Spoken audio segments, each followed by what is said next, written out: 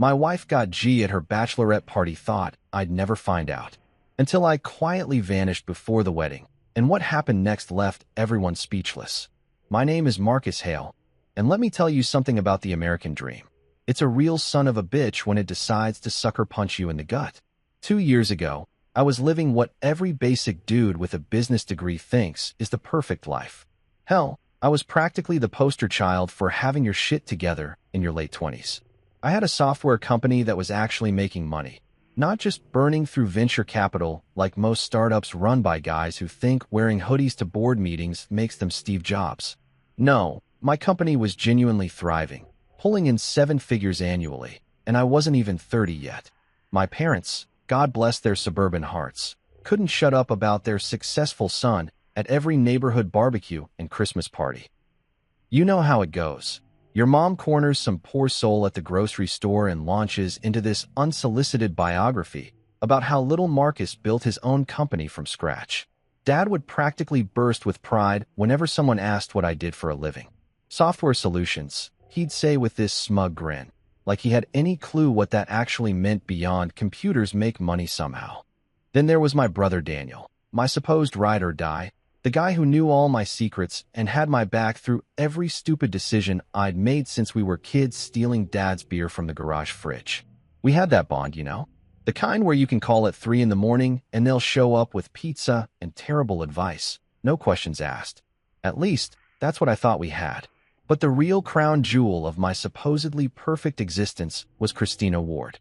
Jesus Christ, where do I even start with Christina? This woman wasn't just beautiful. Though let's be real, she was a certified knockout with those green eyes and this smile that could probably end wars if deployed strategically. She was the whole package. Smart enough to hold her own in any conversation, ambitious enough to have her own career goals, and funny in that dry, sarcastic way that made me think we were perfectly matched intellectually. For 3 years, we built what I genuinely believed was a real partnership. Not one of those shallow relationships where you're just splitting rent and pretending to like each other's friends. No, this felt like the real deal. We bought a condo together, a nice place with granite countertops and one of those kitchen islands that makes you feel like you're living in a home improvement commercial.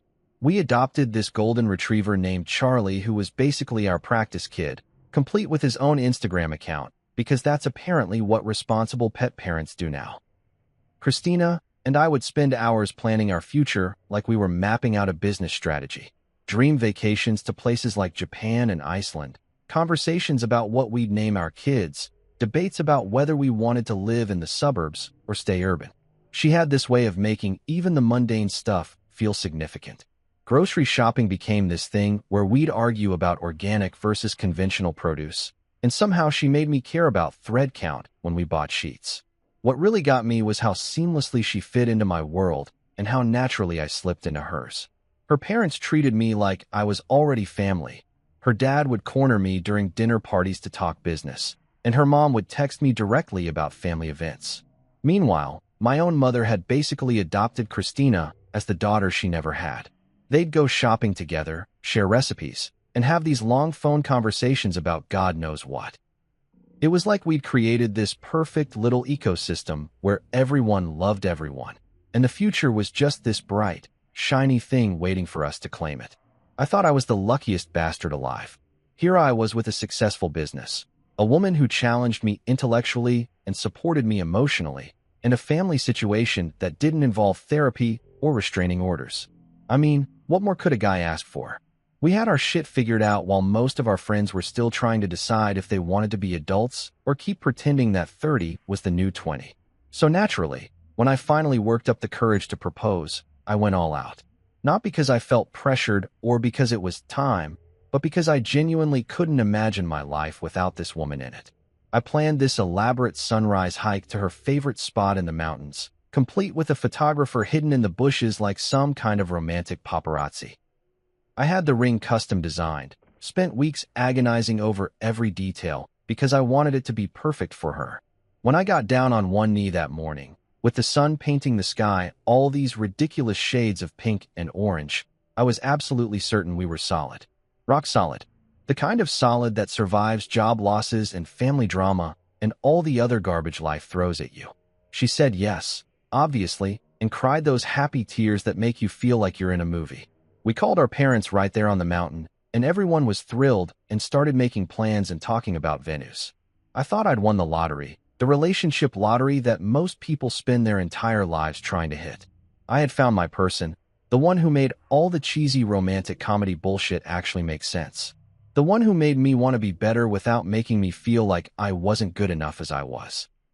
The one who laughed at my terrible jokes and called me out on my worst habits and somehow made even mundane Tuesday nights feel like something worth celebrating.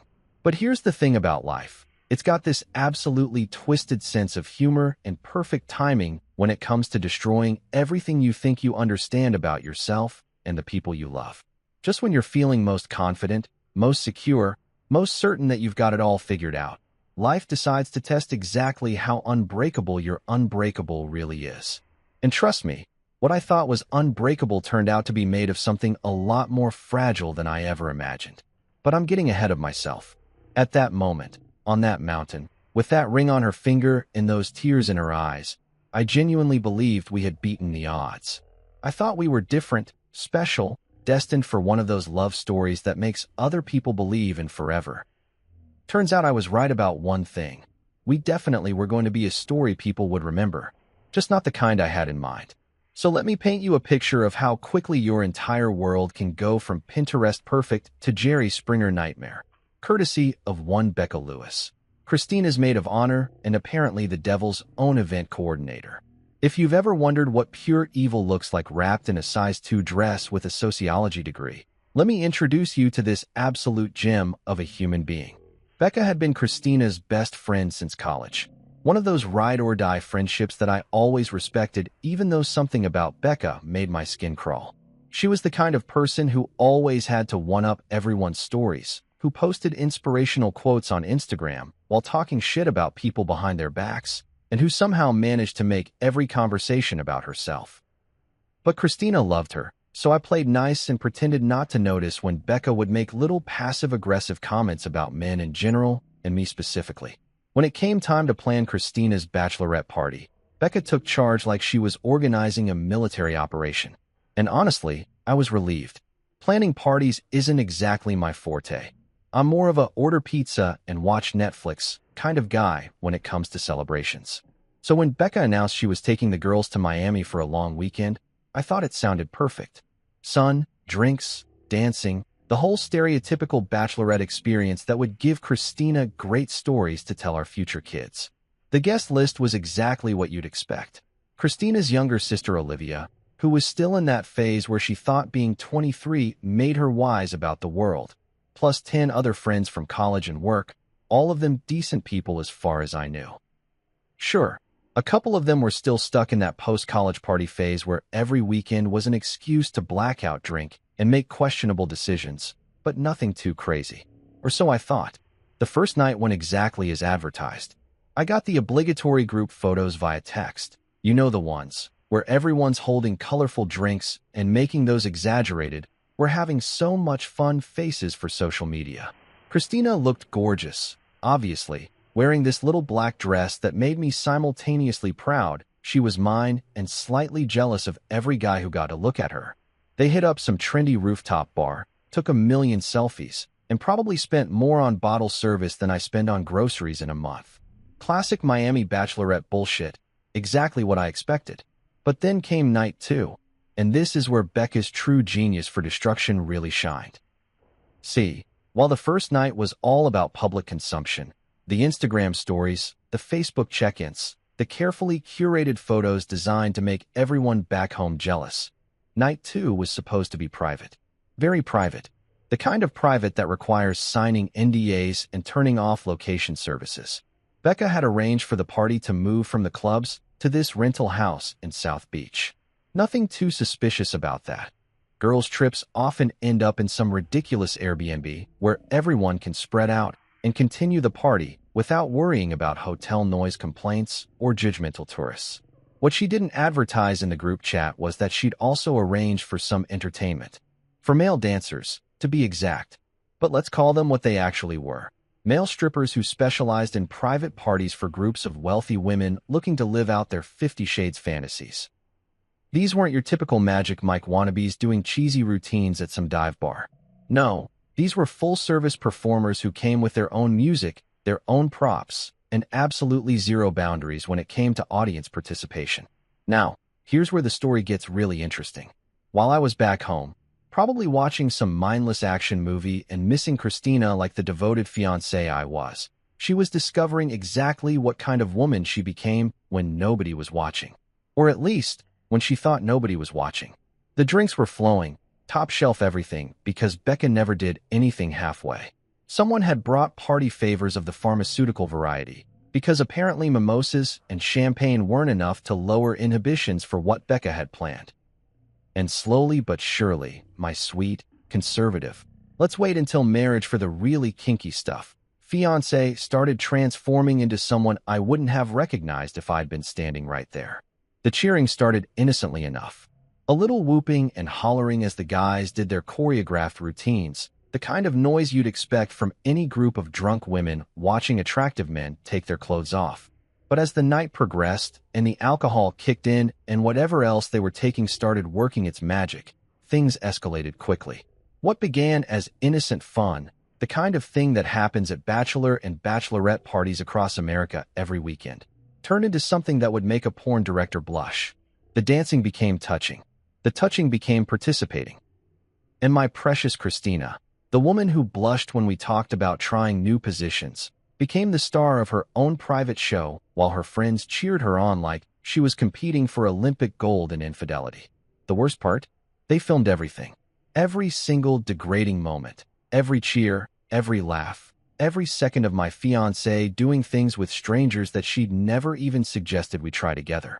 Becca, ever the documentarian, made sure to capture it all from multiple angles. For posterity, she probably told herself. For blackmail material, more likely. But here's the real kicker. It wasn't just Christina. This became a group activity, a sisterhood bonding experience where inhibitions were checked at the door and marriage vows were apparently just suggestions. Olivia, sweet little Olivia who still called me future brother-in-law and asked my advice about boys, turned out to be just as enthusiastic as her older sister. Half the bridesmaids joined in like it was some kind of twisted team-building exercise.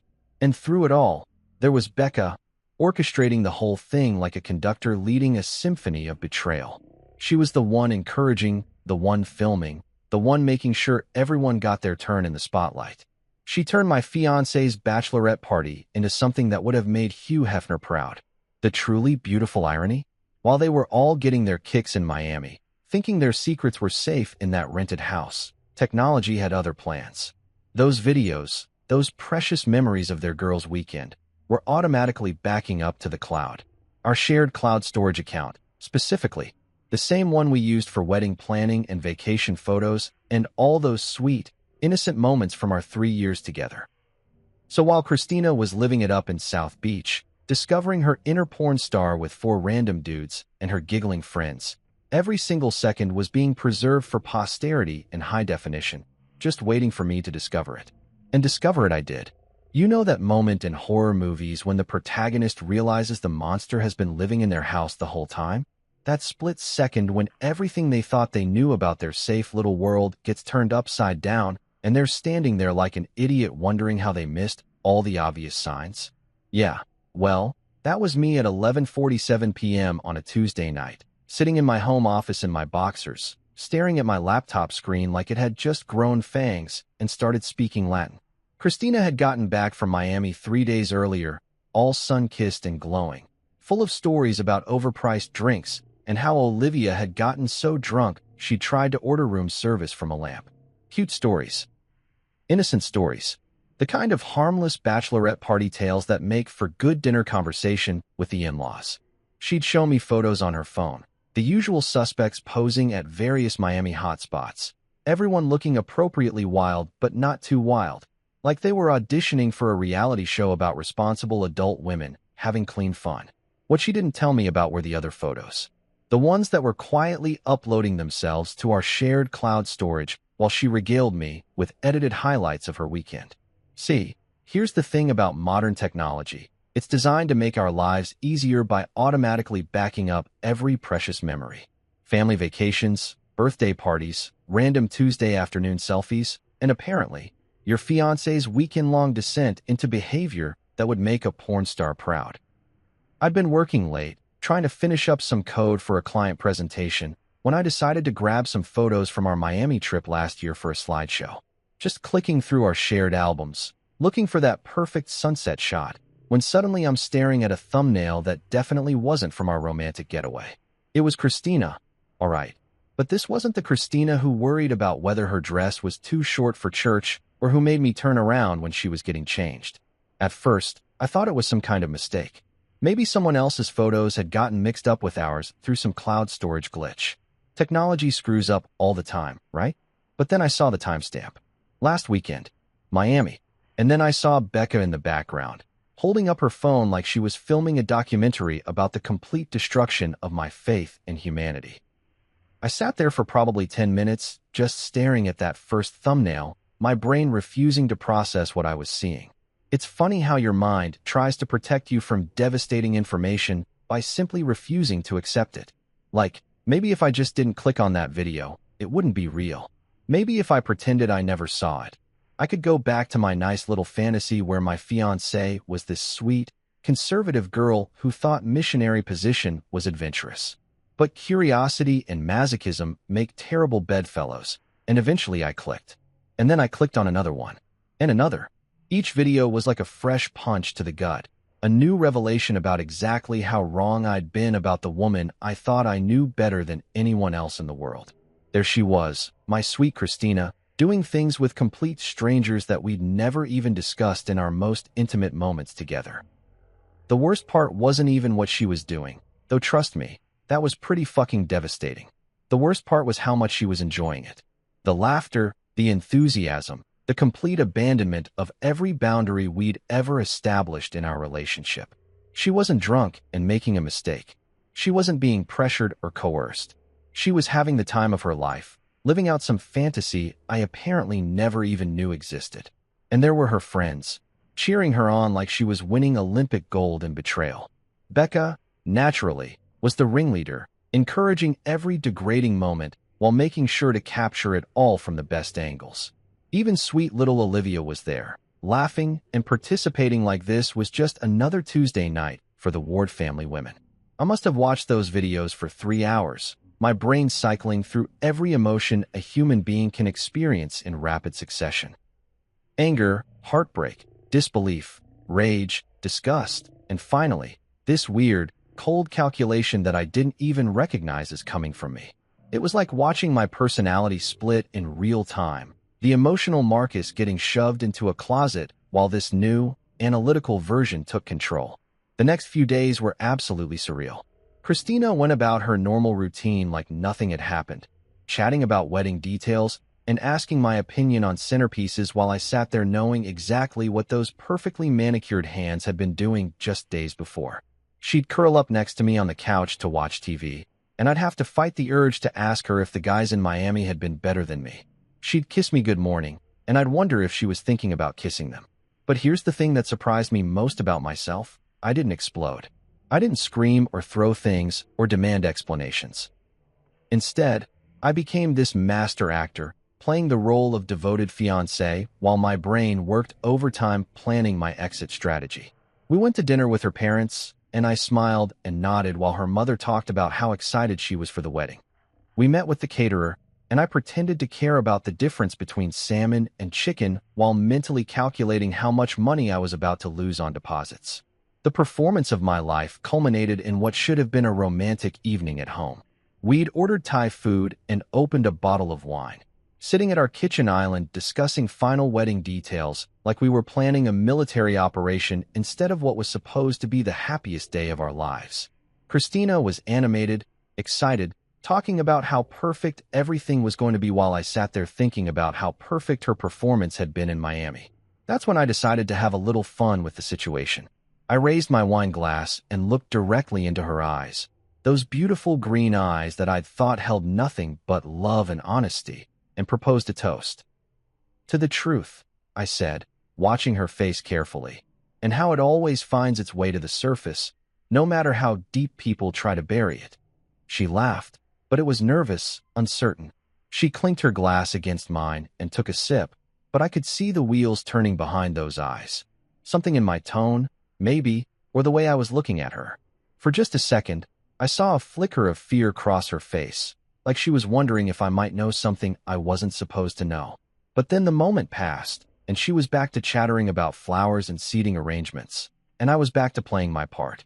The perfect fiancé, blissfully unaware that his entire life was built on a foundation of lies and shared cloud storage. Little did she know, the truth had already found its way to the surface, and I was about to make sure everyone else could see it too. There's something absolutely liberating about burning your entire life to the ground when you know you're doing it for all the right reasons. Most people spend their whole lives trapped by inertia, staying in shitty situations because change is scary and the unknown feels worse than the familiar misery. But when you've got nothing left to lose because everything you thought you had was just an elaborate lie anyway, well, that's when you discover what real freedom feels like. I woke up that Thursday morning at 5:30 a.m., like I had every day for the past 3 years. Christina was still dead asleep next to me, sprawled across her side of the bed in that oversized NYU t-shirt she'd been wearing since college. Her hair fanned out across the pillow like some kind of Renaissance painting. For a split second, looking at her peaceful face in the early morning light, I almost forgot what I knew. Almost let myself slip back into the fantasy that this was still my life, that she was still my person, that we were still building something real together. But then I remembered those videos, and that momentary weakness passed like a bad hangover. I slipped out of bed without making a sound, a skill I'd perfected over 3 years of early morning conference calls with clients on the West Coast, and headed to the shower. As the hot water hit my face, I ran through my mental checklist one more time. Today was the day I became a ghost. I'd spent the last week planning this exit like it was the most important business deal of my life, which in a way, it was. The business deal where I traded my old, pathetic, deceived life for something clean and new. I'd already transferred the important files from my office to a secure server, quietly closed out projects with existing clients, and set up automatic payments for all the bills that would need handling in the coming weeks. I wasn't just disappearing. I was evaporating without leaving a trace of financial chaos behind me. By 6:15, I was dressed and moving through our condo like a man on a mission. I grabbed my go bag from the back of our closet, a simple duffel with enough clothes and essentials to last me a few weeks while I figured out my next move. Everything else, all the accumulated stuff of our shared life, could stay right where it was. I didn't want any of it anymore. Every piece of furniture, every photo, every little decorative item we'd picked out together had been contaminated by the truth of who she really was. Christina never stirred as I wrote out the checks for the wedding vendors. Every single one, paid in full with little notes explaining that the wedding was canceled and they should keep their deposits as compensation for the late notice. The florist, the caterer, the band, the photographer, all of them got their money and their freedom. I wasn't going to let innocent small business owners suffer because my fiancé turned out to be a fraud. The note I left on the kitchen counter was a masterpiece of brevity. The wedding is off. Take care of yourself.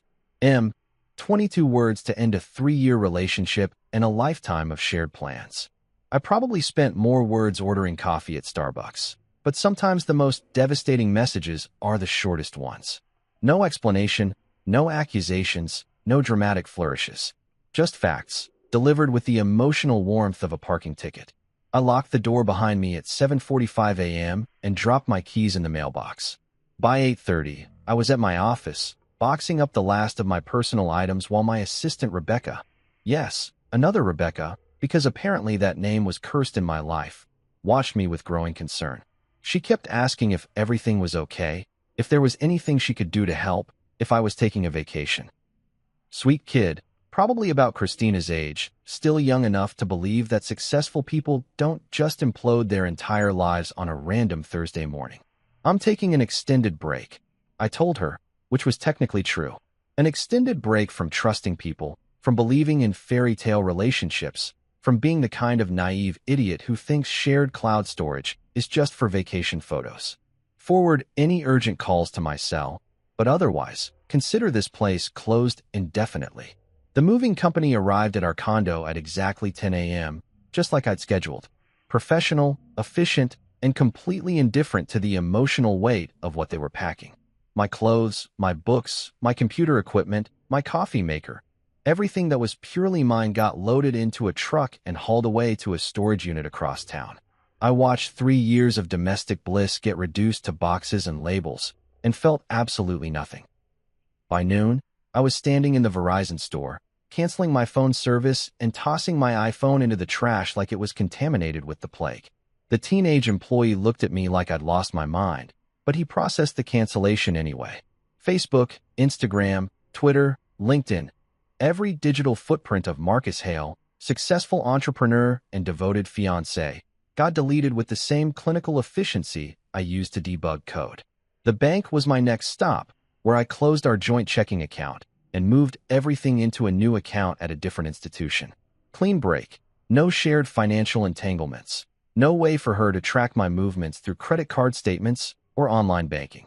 I even changed my direct deposit information for the business accounts, routing everything through a completely separate financial ecosystem. Daniel was the only person who got a heads up, and even that was minimal. A single text from a burner phone, wedding's off. Christina knows why. I'm fine. Don't contact me for a while. My brother, bless his heart, immediately started calling the burner number, but I turned the phone off and threw it in a different trash can. Even Daniel, my supposed ally, was going to have to wait for explanations. The hotel I checked into was deliberately generic. One of those extended stay places that cater to business travelers and people in the middle of life transitions. Clean, anonymous, and staffed by people who were paid to mind their own business. I registered under a false name, paid cash for a week, and settled into my temporary exile like a man entering witness protection. Christina would wake up tomorrow morning to discover that her fiancé had vanished into thin air. No note explaining why, no angry confrontation, no chance to offer explanations or apologies or promises to change. Just absence, sudden and complete, like I'd been raptured while she slept. Her phone calls would go straight to a disconnected number. Her texts would disappear into the digital void. Her emails would bounce back like I'd never existed.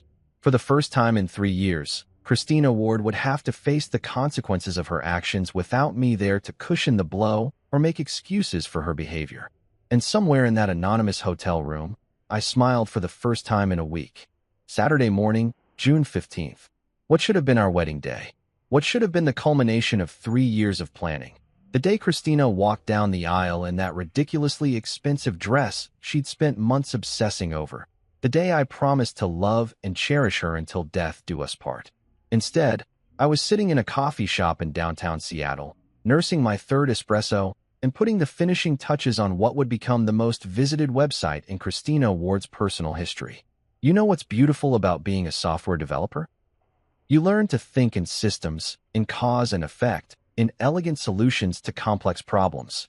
And Christina's little Miami adventure had presented me with a fascinating problem. How do you ensure that actions have consequences when the person committing those actions thinks they've gotten away with murder? How do you make sure the truth gets the audience it deserves? The answer, as it turns out, is surprisingly simple. You build a website. Not just any website, mind you. This wasn't some amateur-hour revenge blog thrown together in a fit of rage. No, this was a professional-grade digital monument to accountability, designed with the same attention to detail I'd put into million-dollar client projects.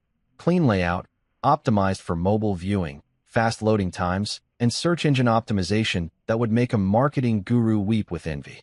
The domain name was perfect in its simplicity, ChristinaWardTruth.com.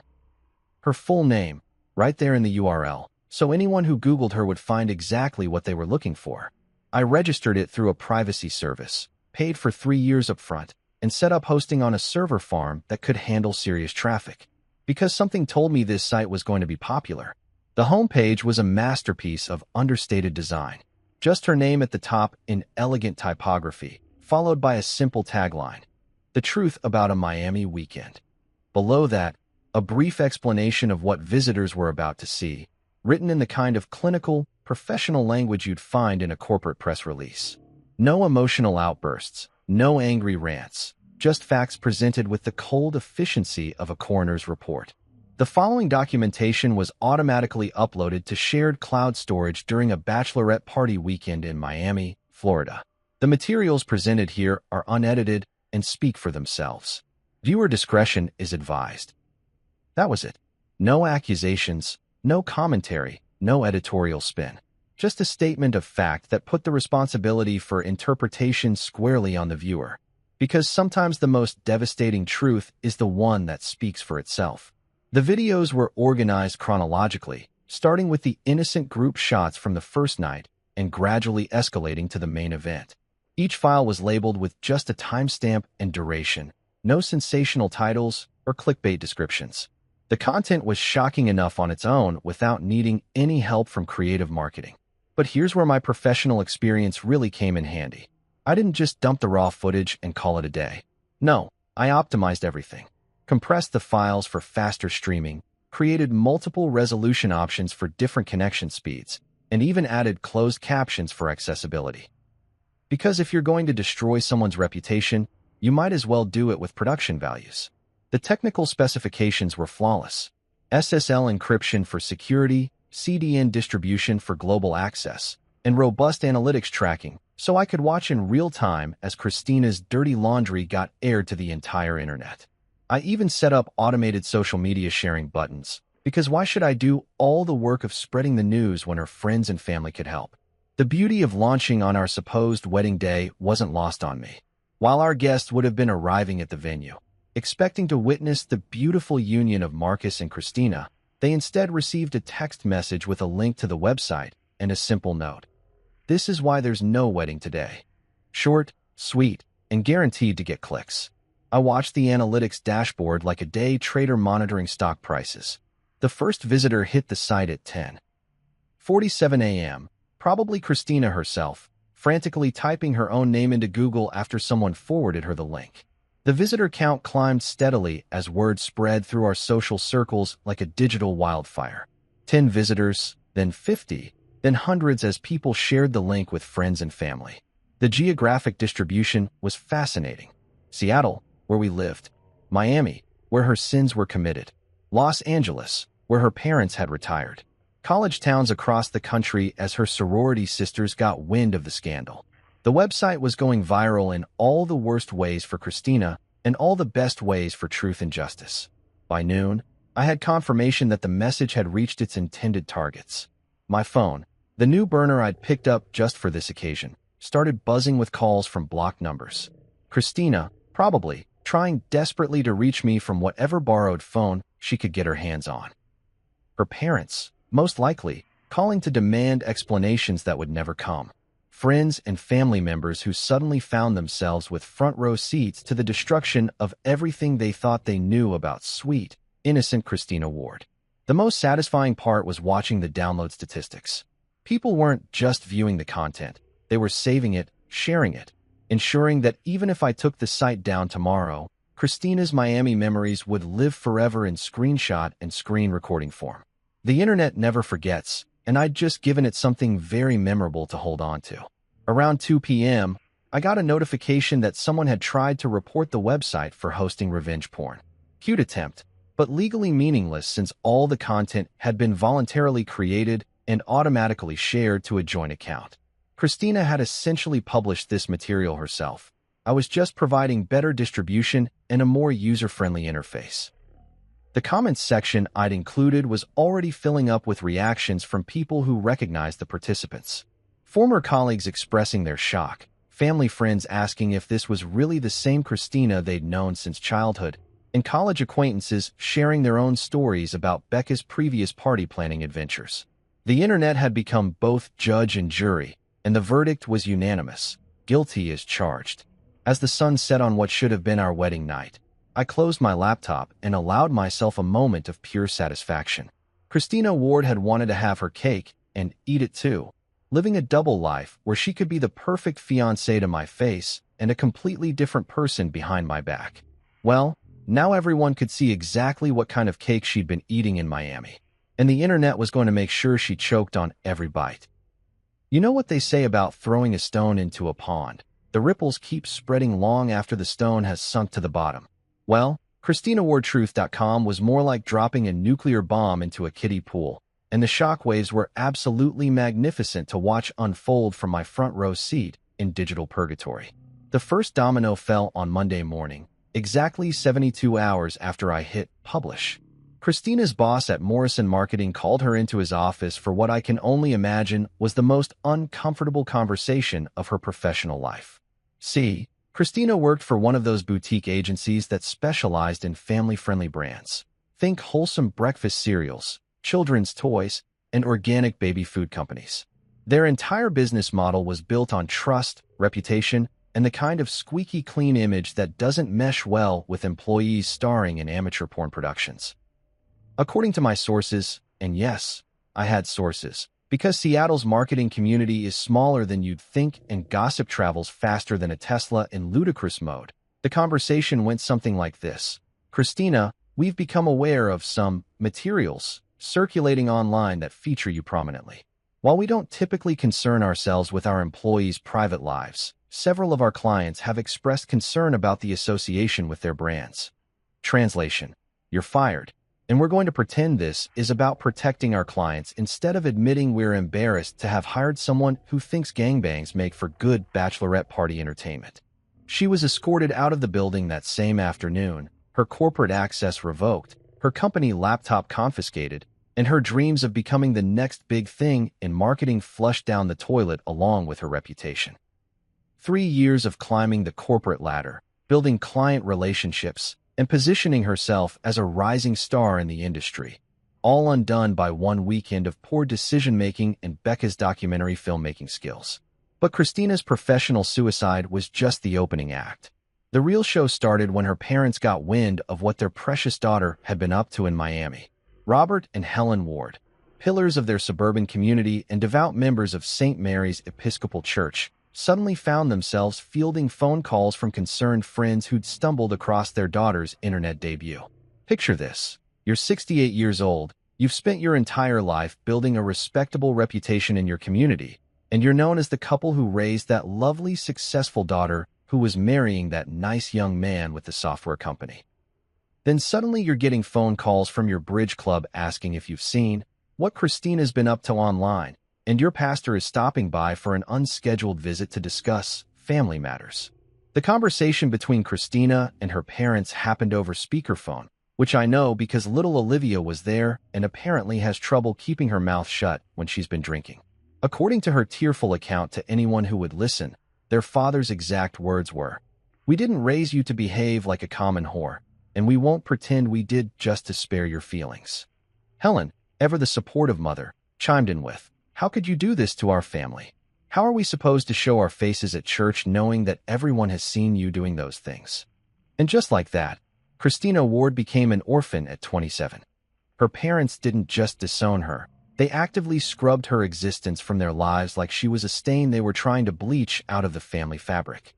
Photos came down from the mantle, her childhood bedroom got converted into a craft room, and Christmas card lists were suddenly one name shorter.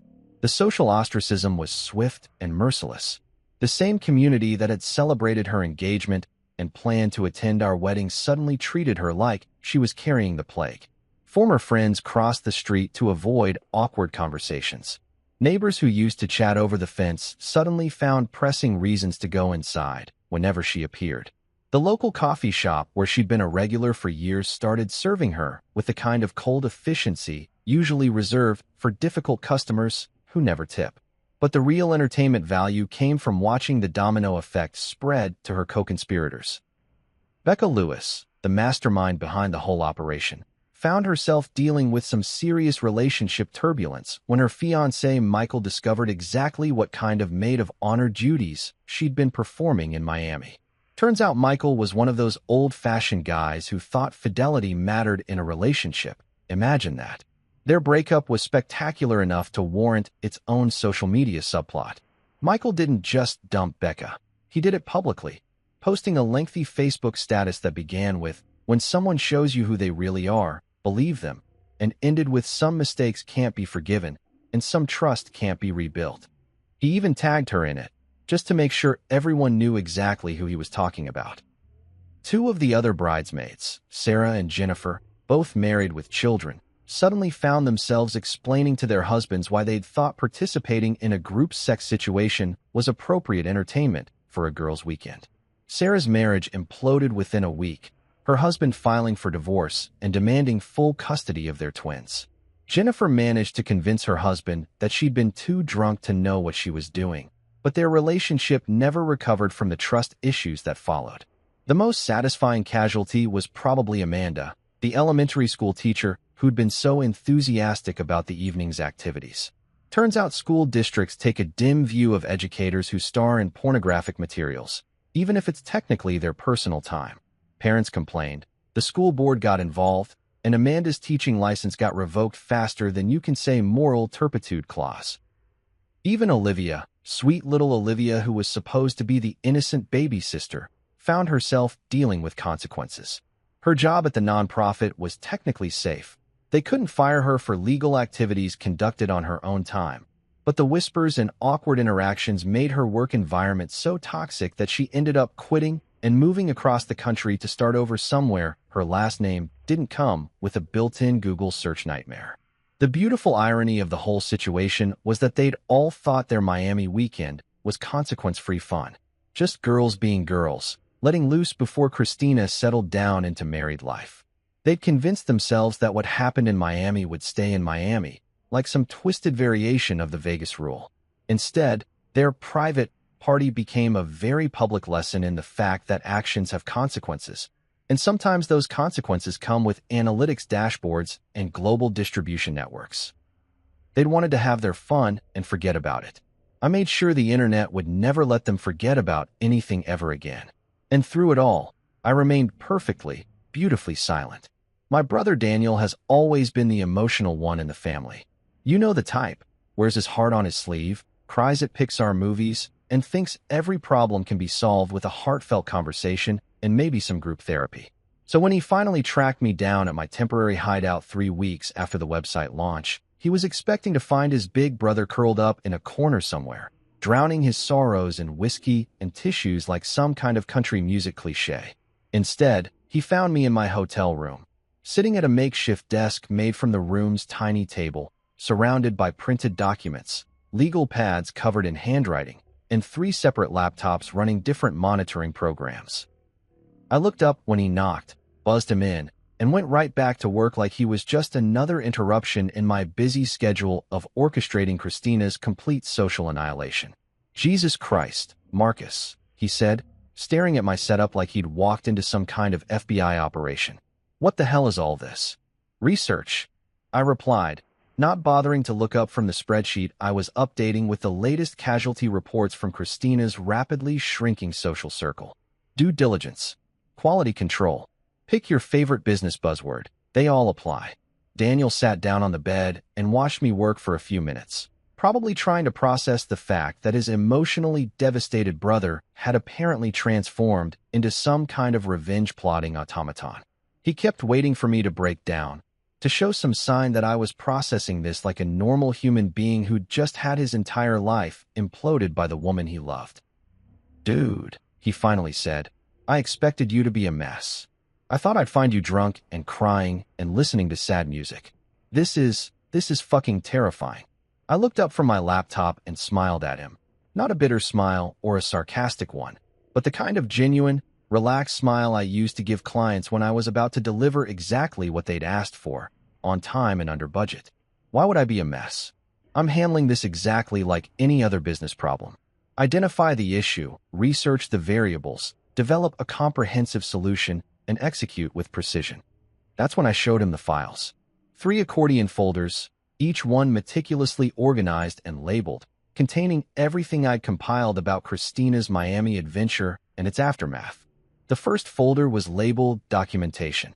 Every video, every photo, every text message from that weekend, all printed out and organized chronologically with timestamps and participant identification.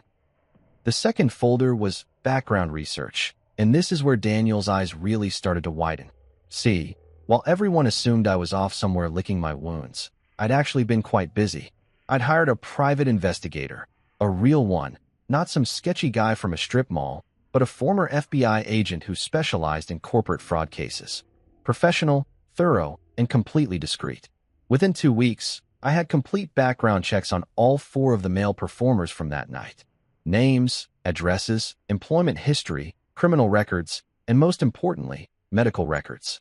Turns out one of them, a charming gentleman who went by the stage name Thunder, had been carrying a particularly nasty strain of chlamydia that he'd apparently been sharing with clients for the better part of 6 months. "You had her tested?" Daniel asked, flipping through the medical reports. "I had all of them tested," I corrected. Anonymous tip to the health department about potential STD exposure at a private party. They were required to contact everyone who might have been at risk and recommend testing. Very responsible public health policy, don't you think?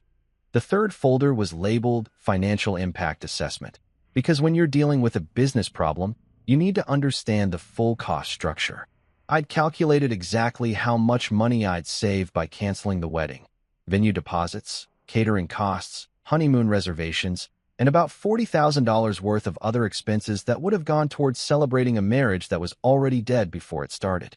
But more interesting was the analysis I'd done of Christina's financial situation post-revelation.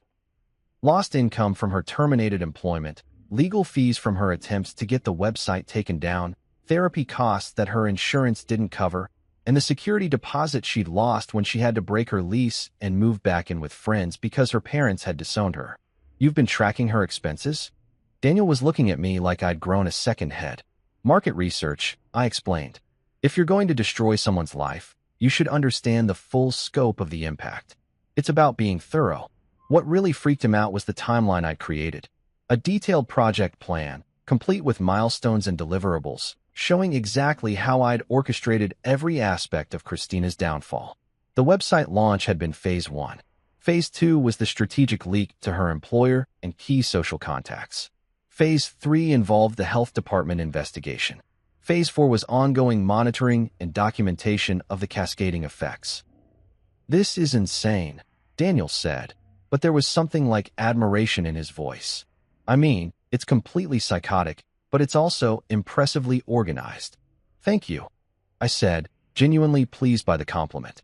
I've always believed that if you're going to do something, you should do it right. Half-assed revenge is just as pathetic as half-assed anything else. I explained to him how I'd approached the whole situation like a product launch. Market research to understand the target audience, content creation and optimization for maximum impact, distribution strategy across multiple channels, and performance analytics to measure success metrics. I even had conversion tracking set up to monitor how many people who visited the website took additional actions like sharing the content or leaving comments. The beautiful thing about treating it like a business project, I told him, is that it removes all the messy emotional variables. I'm not doing this because I'm angry or hurt or want revenge.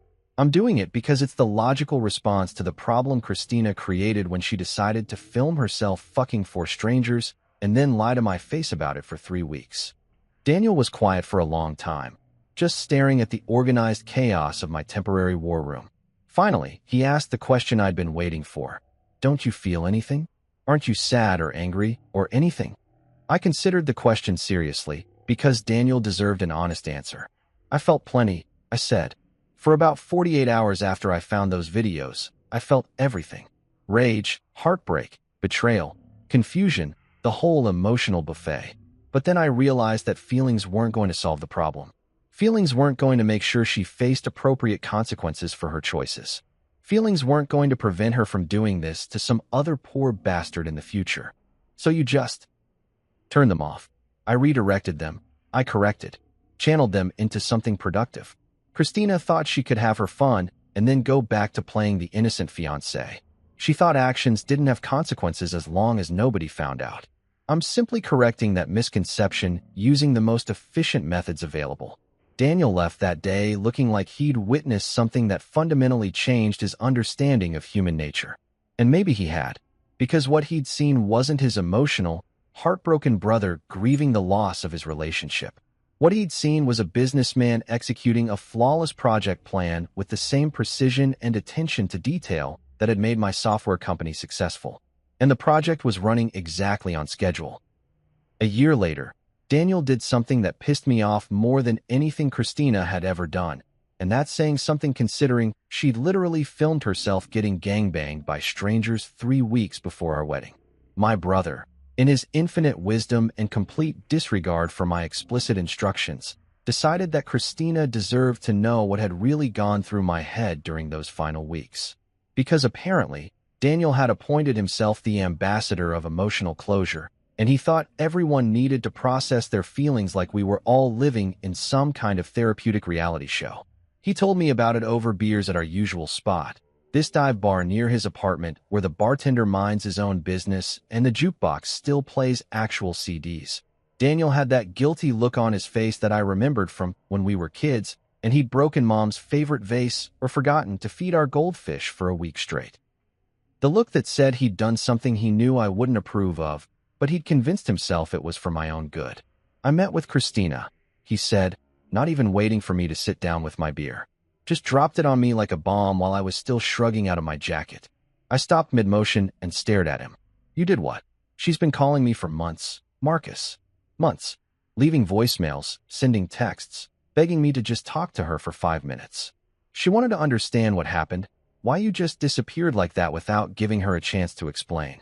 There was nothing to explain, I said, finally sitting down and taking a long pull from my beer. The videos explained everything pretty clearly.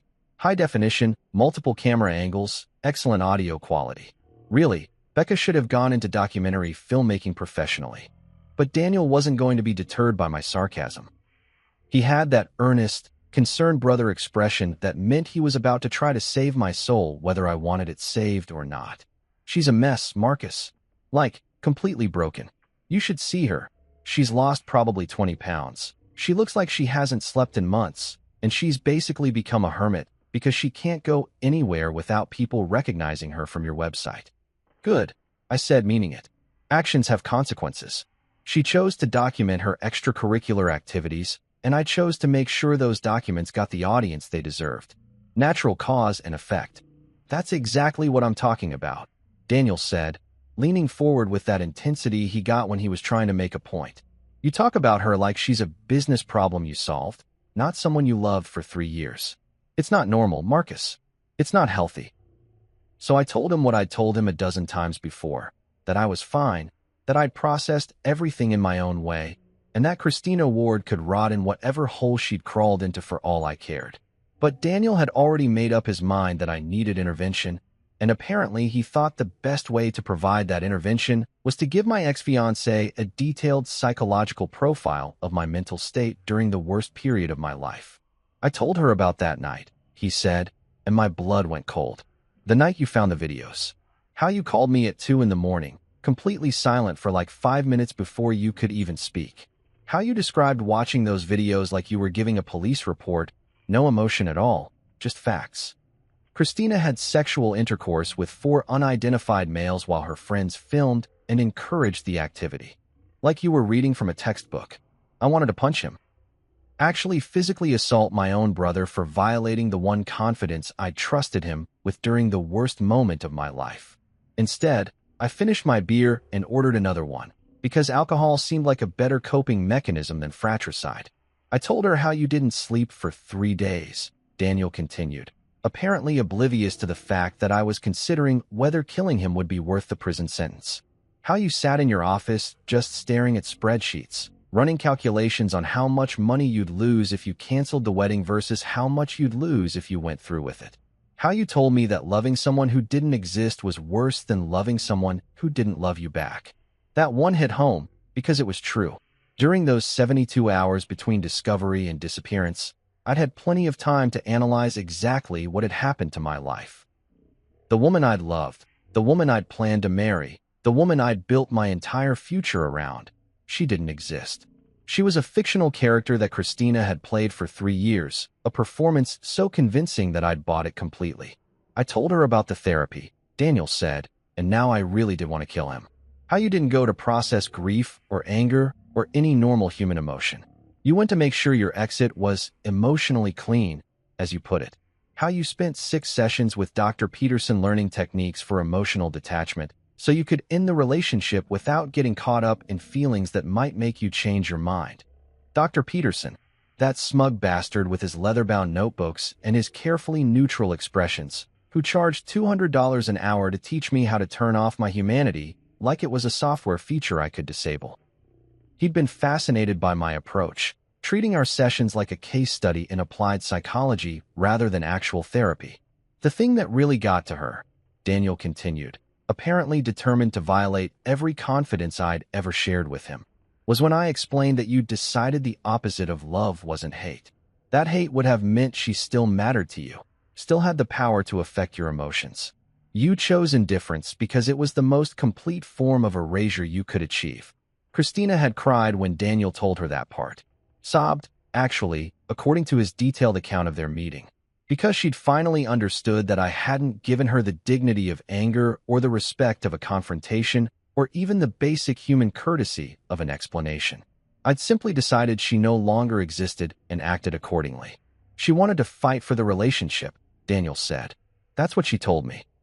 She said if you'd screamed at her, if you'd thrown things or demanded explanations or given her a chance to grovel and beg forgiveness, she would have done whatever it took to make things right. But you didn't give her anything to fight against. You just erased her. And that, right there, was the point Daniel had missed entirely. Christina didn't deserve a fight. She didn't deserve the chance to explain or apologize or make amends. She deserved exactly what she'd gotten.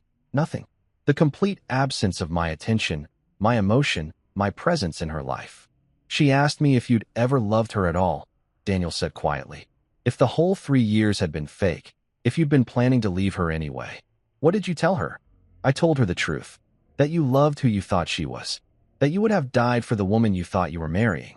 But that woman never existed, and once you figured that out, there was nothing left to love. Daniel finished his beer and looked at me like he was waiting for some kind of emotional breakthrough, some moment of catharsis where I'd break down and admit that I still cared about Christina and needed closure and healing and all that therapeutic bullshit. Instead, I ordered another round and changed the subject to baseball scores. Because the truth was, Daniel had told Christina exactly what she needed to hear, that the punishment wasn't anger or revenge or even hatred. The punishment was nothing at all. 2 years later, I was living proof that the universe has a sixth sense of humor and impeccable timing when it comes to orchestrating the most awkward possible moments in human existence.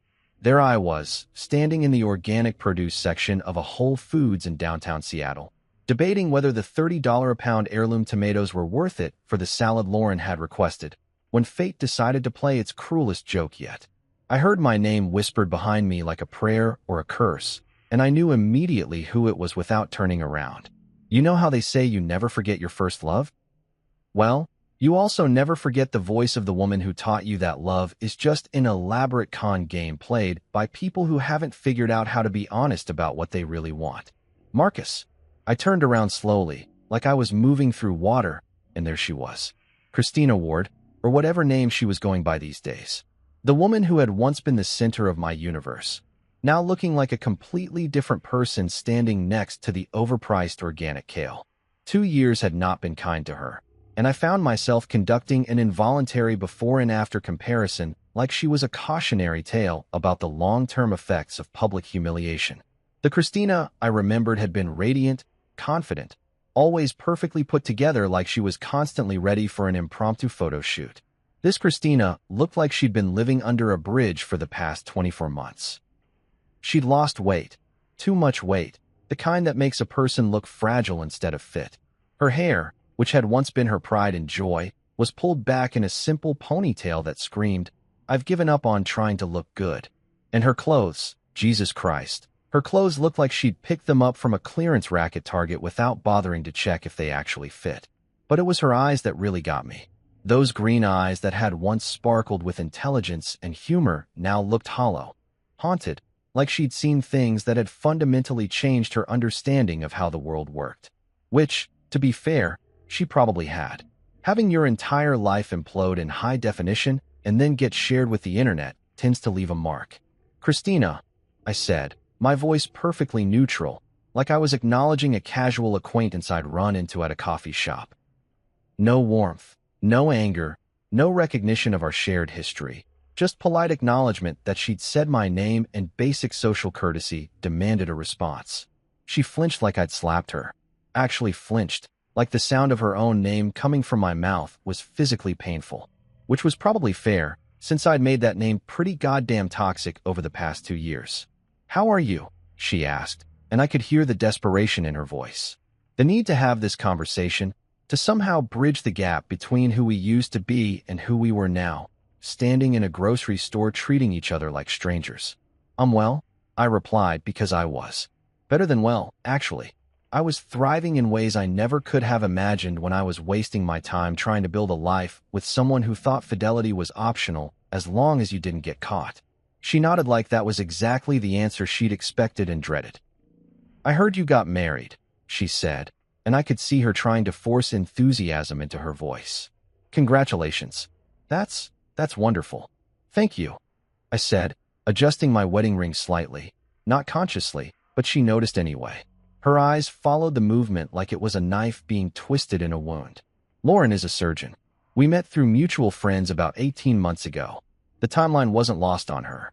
18 months ago meant I'd found someone new, fallen in love, gotten engaged, and married, all while she was still dealing with the fallout from her Miami adventure. While she was probably still trying to figure out how to rebuild her life from the smoking crater I'd left behind, I'd moved on completely and built something better with someone who understood basic concepts like honesty and commitment. "That's great," she said, and I give her credit for trying to sound like she meant it. "Really great. I'm happy for you." "We're expecting our first child in the spring," I added, because sometimes truth is the most effective weapon available. "Lauren's about 5 months along. We're very excited." That one hit like a physical blow. I watched her face crumble for just a second before she managed to pull herself together and force another smile. Because we talked about kids back when we were playing house and pretending to plan a future together. We'd even picked out names, had debates about public versus private school, discussed whether we wanted to raise them in the city or move to the suburbs. Now I was having that future with someone else, someone who deserved it, while Christina got to stand in a grocery store and pretend she was happy about it. "I'm glad you found someone," she said, and her voice cracked just slightly on the word someone. "You deserve to be happy." "I am," I said simply, because it was true. I was happy in ways I'd never been with her, even during what I'd thought were our best moments. Lauren and I had built something real, something honest, something that didn't require me to constantly worry about what she was doing when I wasn't around. Christina took a deep breath, like she was preparing for something difficult. "Marcus, I know this probably isn't the time or place, but I need to say something. I need you to know how sorry I am. About everything. About what I did. About how I hurt you about." "Christina," I interrupted, my voice still perfectly calm and neutral. "It's been 2 years. Apologies are for the moment they matter. Right now, they're just words that make you feel better about yourself." She stared at me like I'd spoken in a foreign language. "But don't you want to know why? Don't you want me to explain what happened that weekend, what I was thinking, why I made those choices?" I considered the question seriously, not because I was actually curious about her motivations, but because she seemed to genuinely believe that I might be. "No," I said finally. "I really don't. What you did explained everything I needed to know about who you are. The rest is just details. I never cheated on you before," she said desperately, like that somehow made it better. "Miami was the first time, the only time. I want you to know that."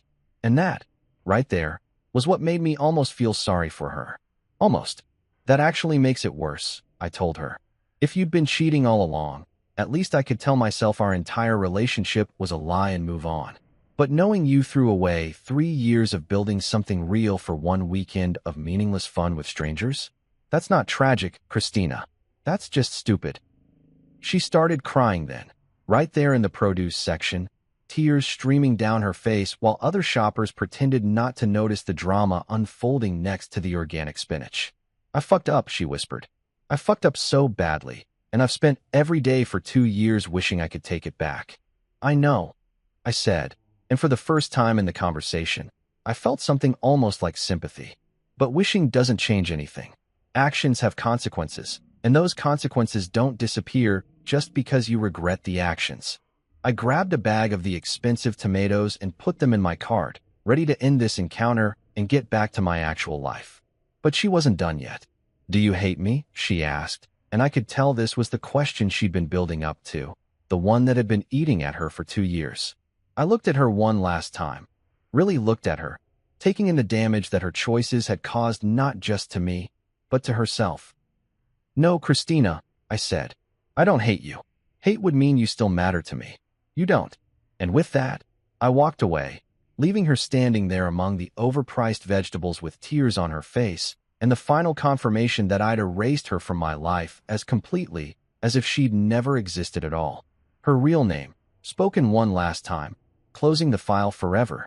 Today, as I sit in my home office overlooking Elliott Bay with a cup of coffee that costs more than Christina probably spends on groceries in a week, I can honestly say that life has a way of rewarding people who understand the difference between justice and revenge. Revenge is emotional, messy, and ultimately unsatisfying because it keeps you connected to the person who wronged you. Justice, on the other hand, is clean, permanent, and allows you to move on with your life while ensuring that actions have appropriate consequences. Seattle turned out to be the perfect place for a fresh start. Clean air, progressive values, and a tech industry that appreciates people who can solve complex problems without getting bogged down in emotional drama. My software company not only survived the transition from my old life, but actually thrived once I stopped dividing my attention between building a business and managing a relationship with someone who thought commitment was more of a suggestion than a binding agreement. The irony isn't lost on me that Christina's betrayal was probably the best thing that ever happened to my career. Without the distraction of trying to maintain a relationship with someone who was fundamentally dishonest, I was able to focus entirely on growing the company. We landed 3 major clients in the first year after I moved to Seattle, expanded our development team by 60%, and opened satellite offices in Portland and Vancouver. Success, it turns out, is much easier to achieve when you're not constantly wondering what your significant other is doing behind your back. But the real victory isn't professional, it's personal. Lauren Walsh walked into my life about 18 months after the Christina debacle, and she's everything my ex-fiancé pretended to be but never actually was. She's a cardiac surgeon at Seattle Children's Hospital, which means she's brilliant, dedicated, and actually saves lives for a living instead of just talking about wanting to make a difference while working in marketing for companies that sell overpriced breakfast cereal to suburban moms. What I love most about Lauren is her complete inability to bullshit. When you spend your days literally holding children's hearts in your hands, you develop a pretty low tolerance for dishonesty and game playing. She told me on our 3rd date that she didn't have time for men who weren't serious about building something real, and she meant it. No mixed signals, no manipulation, no testing me to see if I'd chase her when she pulled away. Just straight talk from someone who knew what she wanted and wasn't afraid to ask for it. Our son is due in March, a little boy we're planning to name James, after Lauren's grandfather who was apparently some kind of legendary heart surgeon back in the day. I've been to every ultrasound appointment, every prenatal checkup, every preparation class they offer at the hospital. Not because I feel obligated to, but because I'm genuinely excited about becoming a father with someone I trust completely. That's the difference between love and whatever the hell I had with Christina. With Lauren, I never wake up wondering if she's telling me the truth about where she was last night or who she was with. I never have to check her phone or worry about what she's doing when I'm out of town on business. The anxiety that I didn't even realize I was carrying for 3 years with Christina just disappeared. Turns out, when you're with someone who's actually trustworthy, you don't spend your time looking for signs of betrayal. People ask me sometimes if I hate Christina, usually in that concerned tone that suggests they think I'm repressing some deep psychological trauma that's going to surface at an inconvenient moment and ruin my new life. The answer is always the same. Hate requires caring, and I genuinely don't care what happens to her. She's become completely irrelevant to my existence, like a plot line from a TV show I stopped watching years ago. I know she's still in Seattle, probably because she can't afford to move anywhere else after losing her job and burning through whatever savings she had on legal fees trying to get my website taken down. Daniel mentioned seeing her working at some coffee shop in Capitol Hill, which seems fitting somehow. From marketing executive to barista, a natural progression for someone who thought documenting their infidelity was a good idea. The website itself came down eventually, not because of any legal pressure, but because it had served its purpose.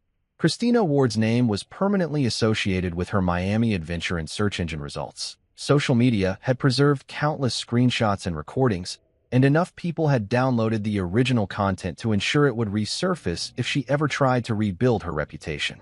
Mission accomplished. That's the beautiful thing about the internet age. Accountability is permanent. In the old days, people could move to a new town, change their name, and reinvent themselves after making catastrophic life choices.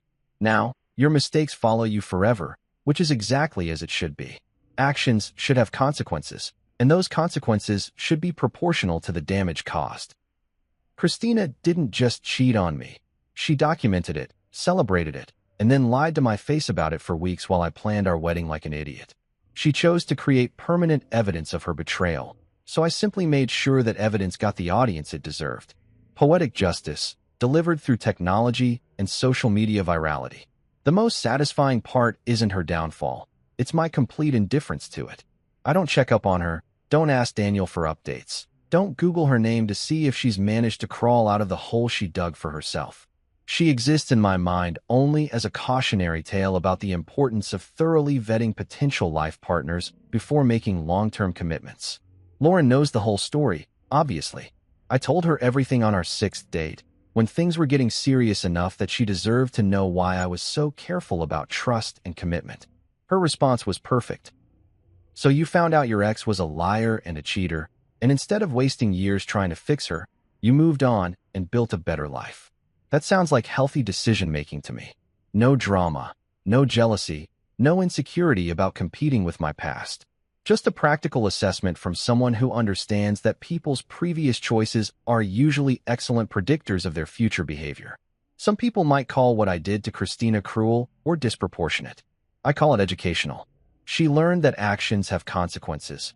Her friends learned that enabling bad behavior makes you complicit in those consequences, and any future partners she might have will be able to make informed decisions about whether they want to risk getting involved with someone who thinks fidelity is optional. The world is a slightly more honest place because of what I did, and I sleep perfectly well at night knowing that. Silence has always been the loudest answer. And in that silence, I didn't just win. I built something infinitely better than what I lost.